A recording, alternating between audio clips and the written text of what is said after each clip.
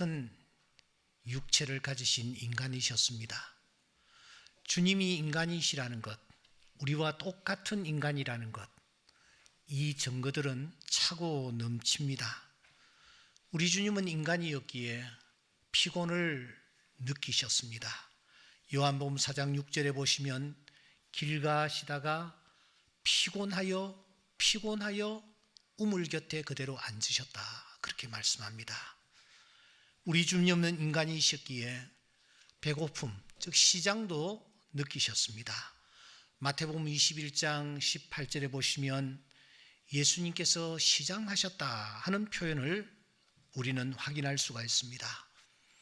우리 예수님은 인간이시기에 목마름을 느끼셨습니다.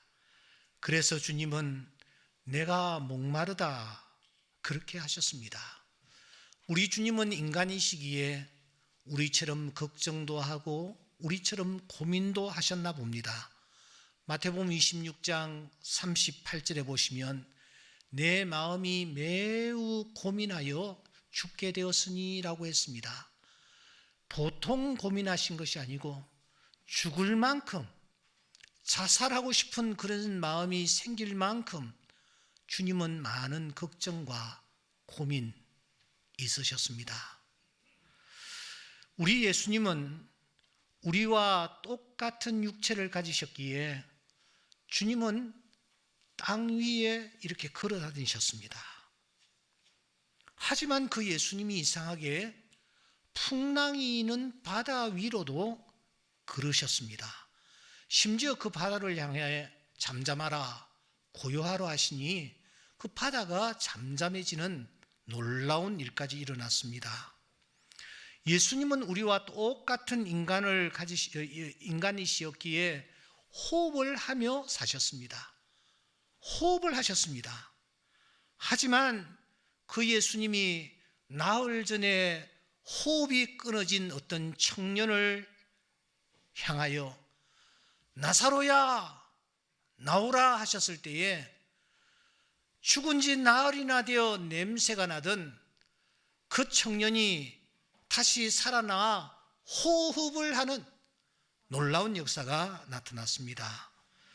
예수님께서는 우리와 똑같은 육체를 가지셨기에 호흡이 끊어지면 그냥 세상을 떠나는 것이었습니다.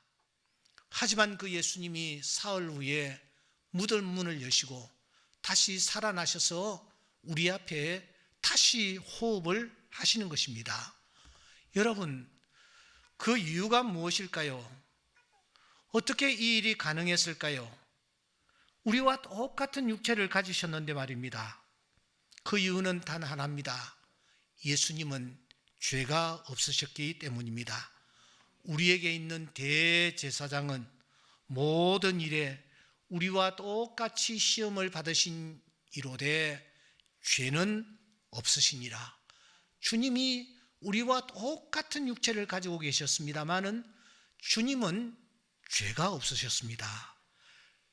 빌라도가 아무리 죄를 찾으려고 백방으로 노력했으나 주님에게서 죄를 찾을 수가 없었습니다. 그래서 그는 고백합니다. 누가복음 23장 4절에 보니 내가 보니 이 사람에게 죄가 없도다. 23장 14절에도 다시 한 번 더 말합니다. 내가 이 사람에게서 죄를 찾지 못하였다. 여러분, 죄가 없으셨다라는 것은 무엇을 뜻합니까? 기도할 필요가 없으셨다 하는 뜻입니다. 바다 위를 걸으시고 바다를 잠잠케 하셨다라는 것은 무엇을 의미합니까? 주님은 기도할 필요가 없다라는 것을 우리에게 가르쳐 줍니다. 죽은 자를 살리셨다라는 것은 무엇을 의미합니까? 기도할 필요가 없다라는 것을 우리에게 알려줍니다. 죽으셔서나 다시 살아나셨다는 것은 무엇을 의미합니까? 기도할 필요가 전혀 없다라는 뜻입니다. 왜냐고요? 어떤 문제든지 그분은 다 해결하실 수 있는 분이시기 때문에 기도할 필요가 전혀 없으셨던 것입니다. 그런데 여러분, 참 이상합니다. 기도할 필요가 전혀 없으신 그분이 기도를 하시는 것입니다. 그분은 새벽 기도를 하나님 앞에 올립니다. 마가복음 1장 35절에 보시면 새벽 아직도 밝기 전에 예수님께서 일어나 한적한 곳으로 가서 거기서 기도하셨다라고 했습니다. 주님은 새벽 기도를 하십니다. 주님은 철야 기도를 하십니다. 누가복음 6장 12절에 보시면 밤이 맞도록 주님께서 기도하셨다, 그렇게 말씀합니다. 예수님은 합심 기도도 했습니다. 혼자만 기도한 것이 아니라 합심하여 기도하신 것입니다. 마태복음 26장 38절에 보시면 주님께서 사랑하는 제자들에게 함께 기도하기를 원합니다. 너희는 여기 머물러 나와 함께 깨어 있어라, 기도하라 하고 말씀하시는 것입니다. 주님은 묵상 기도도 하셨습니다. 요한복음 11장 41절에 보시면 하늘을 우러러 보시고, 이때 주님은 묵상 기도를 하고 계시는 것을 발견합니다. 우리 주님은 중보 기도를 하셨습니다. 누가복음 23장 34절에 보시면 주님께서 다른 사람을 위하여 기도하시는 것을 우리가 발견합니다. 아버지, 저들을 사하여 주시옵소서. 자기들이 하는 것을 알지 못하나이다. 중보 기도를 하십니다. 주님은 여기서 멈추지 아니하고 금식 기도까지 하십니다. 그때에 주님께서 성령에 이끌려 마귀에게 시험을 받으러 강야에 가사 주님이 거기서 금식하며 기도하시는 것을 우리가 발견합니다. 이렇게 우리 주님께서는 우리가 지금 신앙생활하면서 행하고 있는 모든 기도의 모범을 보이시면서 주님이 기도를 하셨습니다. 그런데 한 가지 우리가 드리는 기도를 드리지 않는 부분이 있었습니다. 그것이 마지막 7째로 참회의 기도. 참회의 기도는 하지 않으셨어요. 원고를 잘못 썼네. 여러분, 참회의 기도는 없었습니다. 우리에게 있는 대제사장은 모든 일에 우리와 똑같이 시험을 받으신 자로되 죄는 없으시니라. 죄가 없으신 주님이시기 때문에 주님은 오늘 우리가 드리는 새벽 기도라든지, 오늘 우리가 드리는 합심 기도라든지, 오늘 우리가 드리는 중보 기도라든지, 금식 기도라든지, 우리가 드리는 모든 기도를 주님께서 행하셨지만 참회의 기도는 우리가 예수님의 기도에서 찾을 수가 없습니다. 매일 우리가 주일날 하나님 앞에 예배를 드릴 때에 참회의 기도를 꼭 하나님 앞에 올려드립니다. 왜냐하면 우리는 너무 부족하고 너무 연약하기 때문에 실수하고 범죄한 그 모습으로 감히 하나님 앞에 나아갈 수가 없기에 우리는 예배 시간 전반부에 먼저 참회의 기도를 드리는 것입니다. 그러나 주님의 삶을 살펴보면 주님은 참회의 기도는 드리지 않고 있는 것을 우리가 발견할 수 있습니다. 그 주님이 드린 여러 기도들 가운데 사랑하는 여러분, 어떤 기도의 현장이 가장 인상 깊은 기도의 현장이요? 우리가 본받아야 할 기도의 모습일까요? 두말할 필요도 없이 그 기도는 겟세마네 동산의 기도입니다.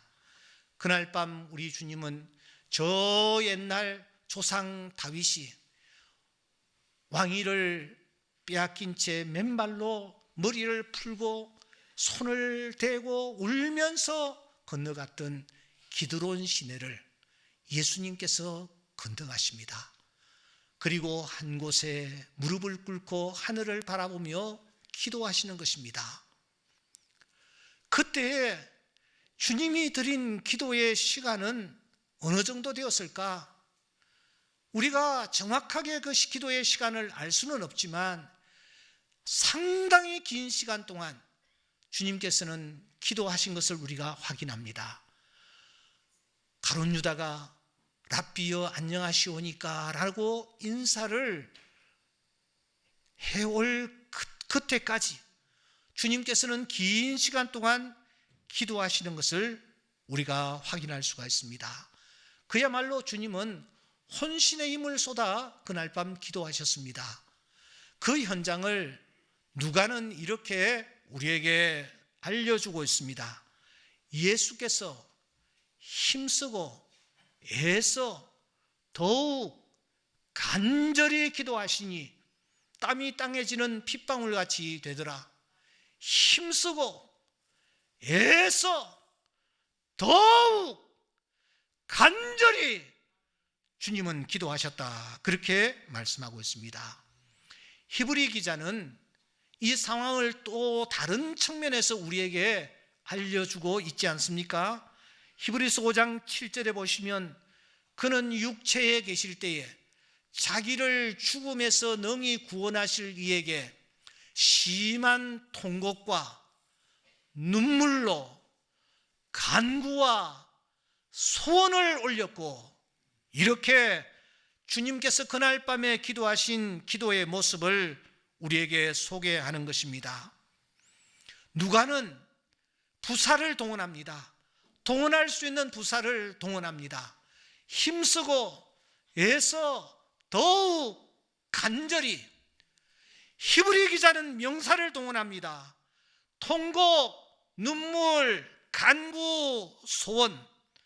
명사를 사중으로 강조하면서 그때 주님이 얼마나 간절히 하나님 앞에 엎드렸는지, 기도하셨는지 우리에게 알려주고 있는 것입니다.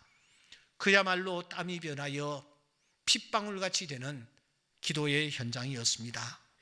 이렇게 그날 그 밤 그곳에서 힘쓰고 애쓰고 더욱 간절히 기도하신 주님, 그날 그 밤 그곳에서 통곡과 눈물과 간구와 소원으로 하나님 앞에 엎드렸던 그 주님께서 과연 어떤 내용으로 하나님 앞에 기도를 드렸을까요?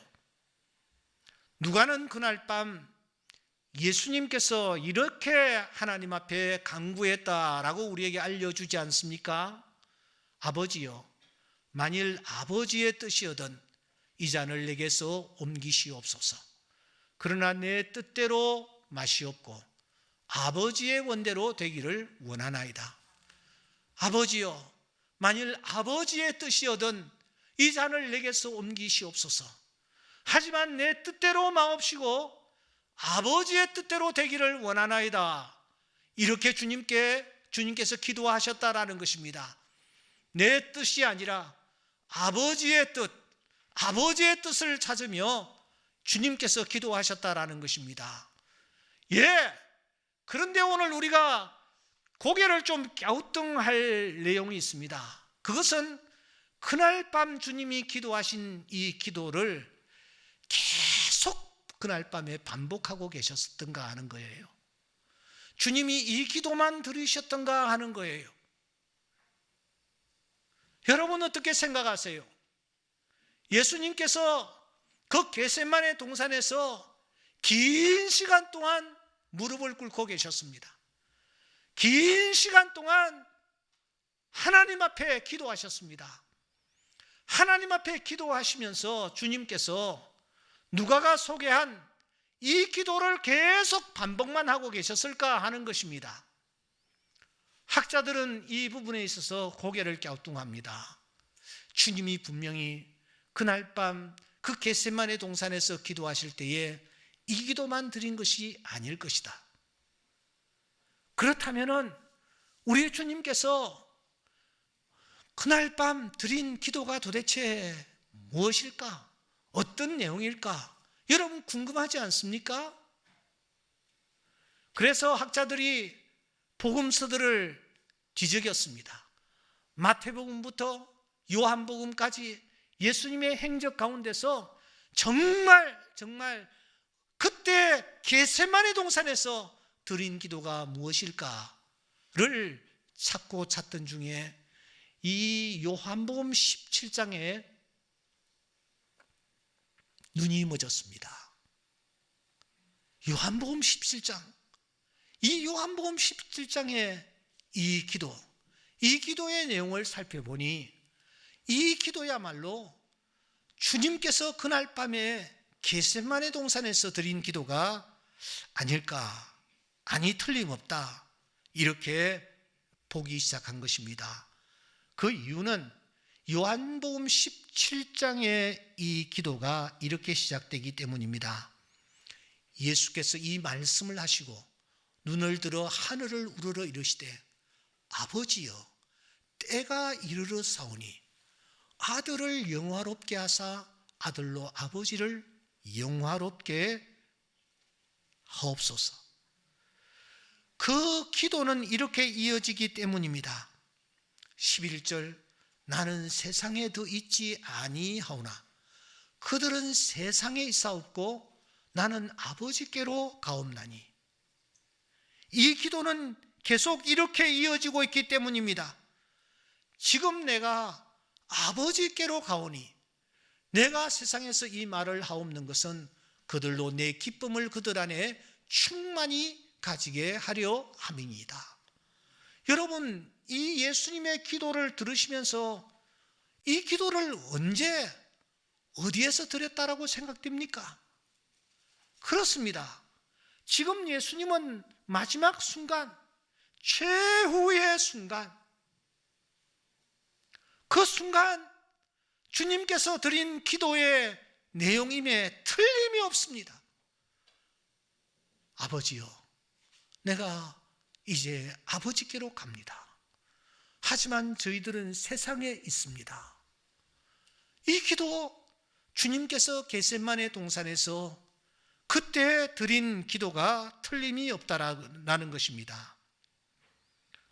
그러므로 오늘 우리가 펼친 이 요한복음 17장의 이 말씀은 예수님께서 마지막 하나님 앞에 올려드린 기도요, 그 기도의 내용을 살피면 오늘을 살아가는 우리들, 세상에 여전히 남아있는 오늘 우리들을 향하신 주님의 유언장이라고 해도 과언이 아닐 것입니다.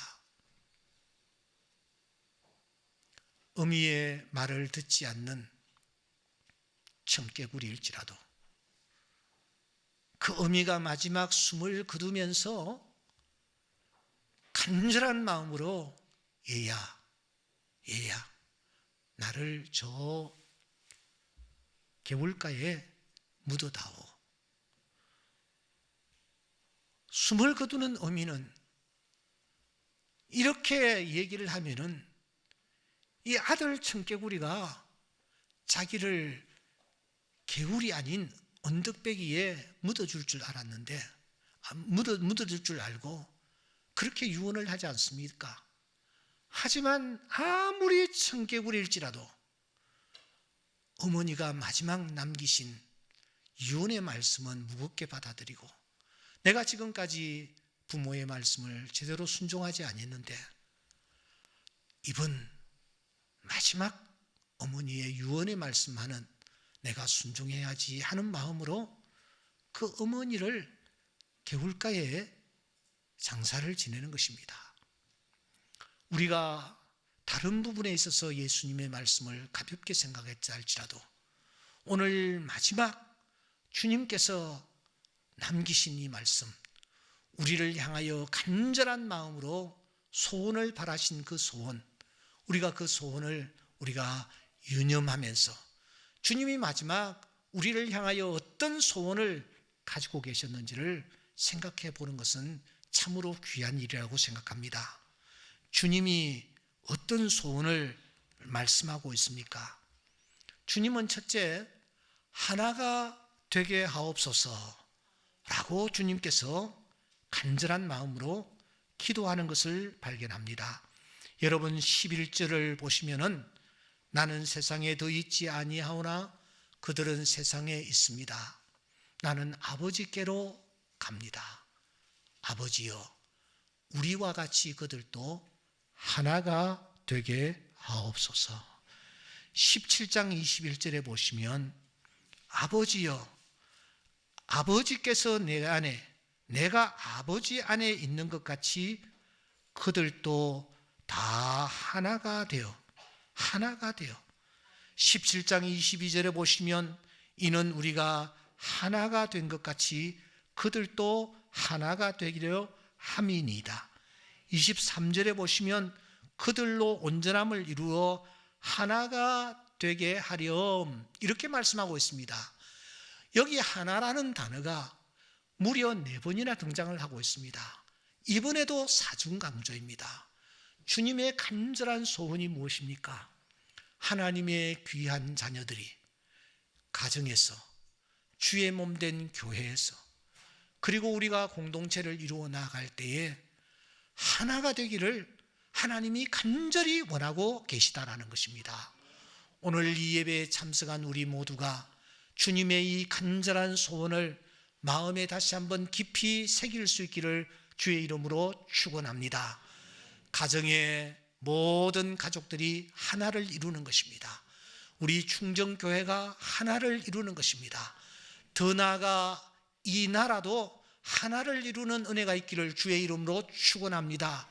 선거를 거치면서 서로 나뉘어서 반목하고 질시하는 이 민족, 성령께서 찾아오셔서 하나를 이루어 주시는 이런 큰 은혜가 넘칠 수 있기를 주의 이름으로 축원합니다.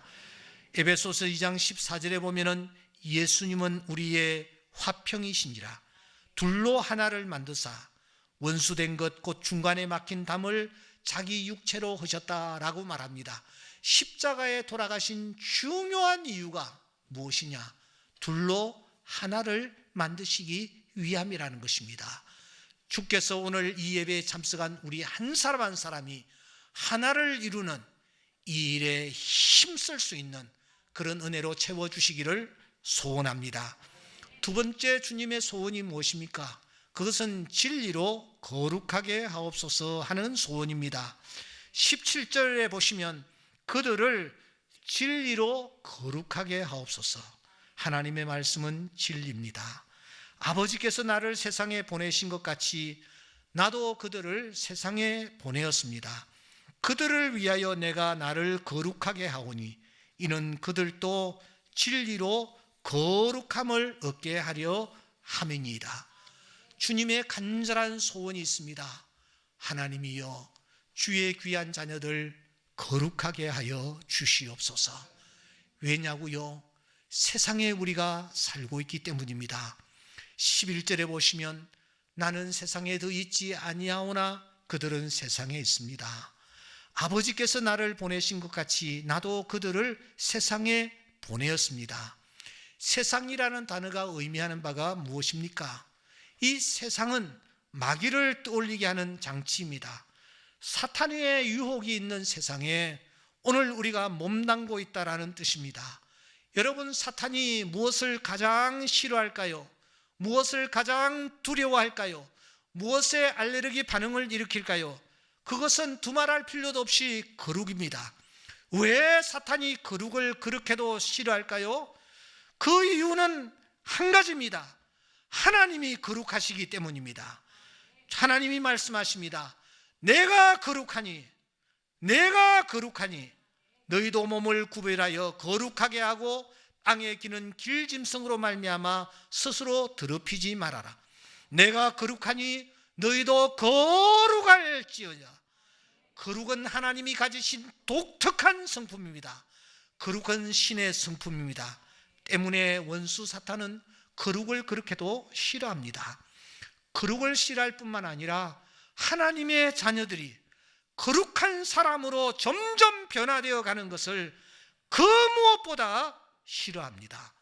거룩에 이르지 못하도록 갖가지의 방법으로 우리를 방해하는 것입니다. 호메로스의 유명한 서사시 오디세이에 사이렌이라는 그런 바다 괴물이 나타나지 않습니까? 상반은 씨는 아름다운 여성의 모습입니다. 이 사이렌은 영혼을 빼앗는 노래 소리로 앞을 지나가는 뱃사공들을 유혹해서 바닷속에 빠뜨립니다. 그 바닷길로 전쟁을 마친 트로이의 영웅 오디세우스가 돌아오지요. 그는 어떻게 하면은 이 유혹에 넘어가지 아니할까 생각하다가 그런 부하들로 하여금 전부 밀랍으로 길을 막게 했습니다. 그리고 자신은 배의 돛대에 자신을 단단히 묶는 것입니다. 자신을 단단히 묶으니 그 바닷길을 간신히 피해갈 수가 있었습니다. 파니 제이 크로스비 여사는 그래서 이렇게 노래합니다. 날마다 날마다 주를 찬송하겠네. 주의 사랑의 줄로 나를 굳게 잡아 매소서. 우리가 어디에 나를 묶어 두겠습니까? 어떤 상황 속에서라도 흔들리지 아니할 나를 붙잡아 줄 여러분 그곳이 어디입니까? 요한복음 17장 17절에 보시면 저희로 진리로 거룩하게 해 주시옵소서. 하나님의 말씀은 진리입니다 라고 말하고 있습니다. 진리에 나를 붙들어 매야 합니다. 진리가 무엇입니까? 진리가 곧 하나님의 말씀입니다. 말씀이 곧 진리입니다. 이 말씀, 이 진리가 오늘 나를 붙들어 맬 때에 나는 비로소 이 죄악된 세상에서 거룩을 이루어가는 하나님의 자녀가 될 줄 믿습니다. 마지막으로 주님이 간절히 간구하는 기도의 소원이 있습니다. 그것은 영광을 위해 살게 하옵소서. 그렇게 말씀합니다. 요한복음 17장은 영광이 이 기도의 주제입니다. 그리고 영광으로 끝납니다. 전체 핵심의 흐름은 영광입니다. 1절은 이렇게 시작하고 있지 않습니까? 아버지여 때가 이르러 사오니 아들을 영화롭게 하사 아들로 아버지를 영화롭게 하옵소서. 22절에 보시면 내게 주신 영광을 내가 그들에게 주어 사오니 24절에 보시면 아버지께서 창세전부터 나를 사랑하심으로 내게 주신 영광을 그들로 보게 하시기를 원합니다. 어떻게 영광을 볼 수 있습니까? 어떻게 영광을 볼 수 있으며 누릴 수 있습니까? 주님이 나사로의 무덤 앞에서 말씀하십니다. 내가 믿으면 하나님의 영광을 보리라. 내가 믿으면 하나님의 영광을 보리라. 믿음으로 영광을 보는 놀라운 체험이 하나님의 자녀들에게 나타나게 될 것이라고 말씀합니다. 그렇습니다. 믿음 외에는 하나님의 영광을 볼 수가 없습니다. 우리가 믿으면 하나님의 영광을 보는 것입니다. 죽은 지 나흘이나 되어 냄새가 나던 나사로도 믿으면 영광을 보리라는 이 말씀 앞에서 다시 살아나는 큰 은혜를 맛보게 되는 것입니다. 그러니까 우리를 향한 주님의 간절한 소원은 세 가지입니다. 하나가 되게 하옵소서. 진리로 거룩하게 하옵소서. 영광을 보게 하옵소서. 우리의 목표가 무엇입니까? 하나 되는 것입니다. 거룩한 것입니다. 영광을 누리는 것입니다. 이 목표를 위해서 오늘 우리가 나아가는 주의 자녀들이 되어야 될 줄 믿습니다. 그런데 제가 이 시간 여러분들에게 드릴 말씀의 핵심은 지금부터입니다. 이 세 가지보다 더 중요한 것이 있다라는 것입니다. 주님이 마지막 기도를 통하여 오늘 우리들에게 주시려고 하는 메시지가 또 하나 있습니다. 다시 말하면 우리 주님이 가지신 소원, 하나가 되게 하옵소서, 진리로 거룩하게 하옵소서, 영광을 보게 하옵소서, 이 세 가지보다 더 우선적으로 우리를 향한 주님의 소원이 있다라는 것입니다. 그게 여러분 무엇일까요? 주님이 마지막 우리에게 남기신 소원, 그게 무엇일까요? 그것은 바로 기도하라는 것입니다. 기도가 너무너무 중요하다라는 것입니다. 그래서 잡히시기 직전 마지막 그 순간 기도의 본을 우리에게 보이시는 것입니다. 힘쓰고 애써 더욱 간절히 기도의 본을 보이시는 것입니다. 통곡과 눈물과 간구와 소원의 간구를 보이시는 것입니다. 동원할 수 있는 부사를 다 동원하시면서, 동원할 수 있는 명사들을 다 동원하시면서 기도의 본을 보이신 것입니다. 하나가 되는 것도 중요합니다. 진리로 거룩한 하나님의 자녀가 되는 것도 중요합니다. 영광을 보는 것도 중요합니다.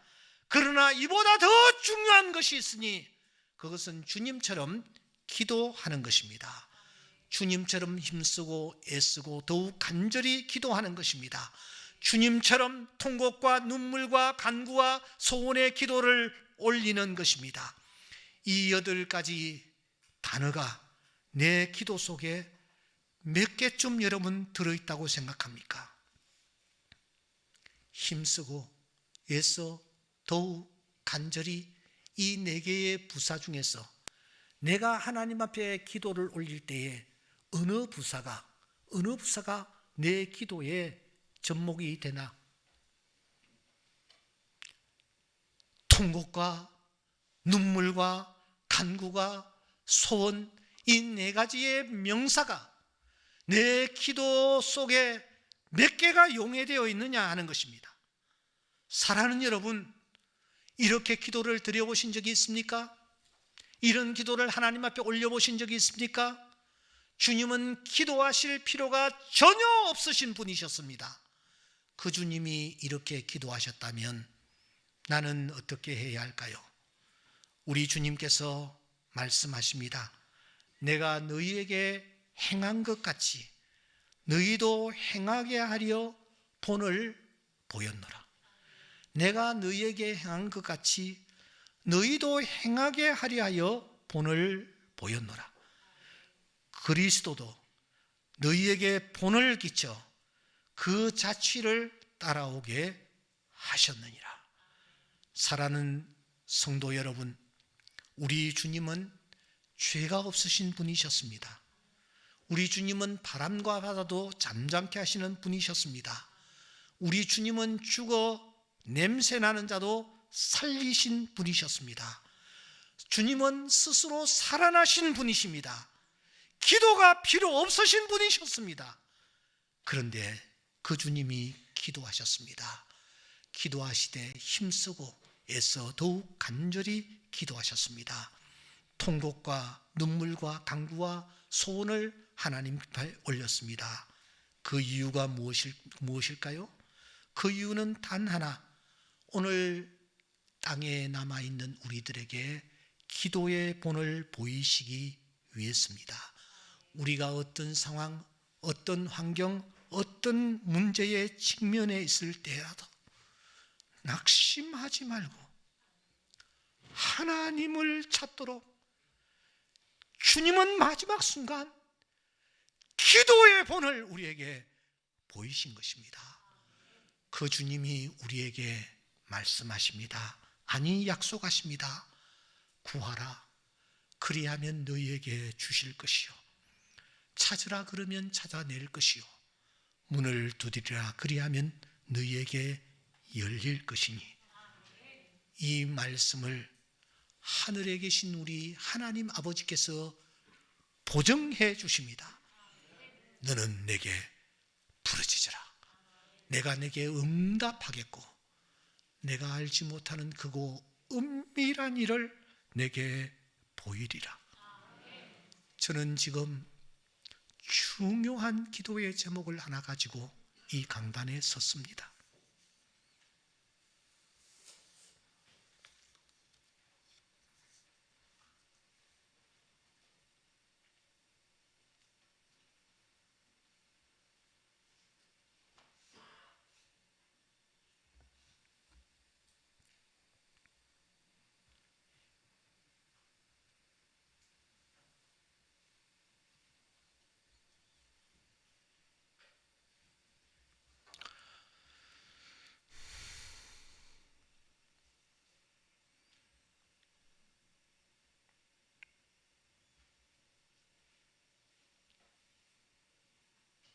계속해서 제 핸드폰이 울리고 있습니다.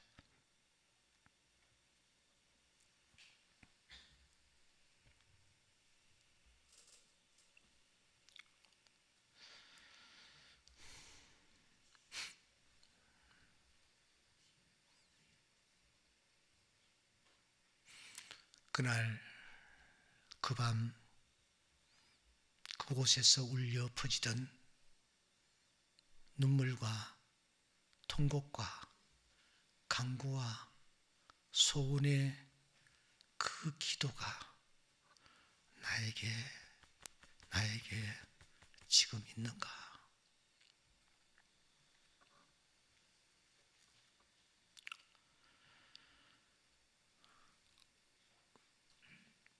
오늘 이 예배에 참석한 우리 모든 주의 자녀들에게 주님이 마지막 남기신 것은 하나가 되게 하옵소서, 진리로 거룩하게 하옵소서, 영광을 보게 하옵소서. 이 소원보다 더 큰 소원을 주님이 오늘 우리에게 말씀하십니다. 기도하게 하옵소서, 간구하게 하옵소서. 기도하되 힘쓰고 애써 더욱 간절히 기도하게 하옵소서. 눈물과 통곡과 간구와 소원의 기도를 하나님 앞에 올릴 수 있게 하여 주시옵소서. 주님께서 이 기도를 우리에게 보여주시기 위하여 친히 겟세마네 동산에 들어가셔서 기도하셨고, 그래서 우리 주님은 사망의 골짜기에서 부활의 영광스러운 경험을 오늘 우리 앞에 보여주시는 것입니다. 이 은혜가 모두에게 넘칠 수 있기를 주의 이름으로 축원합니다. 우리 찬양 하나 드리면서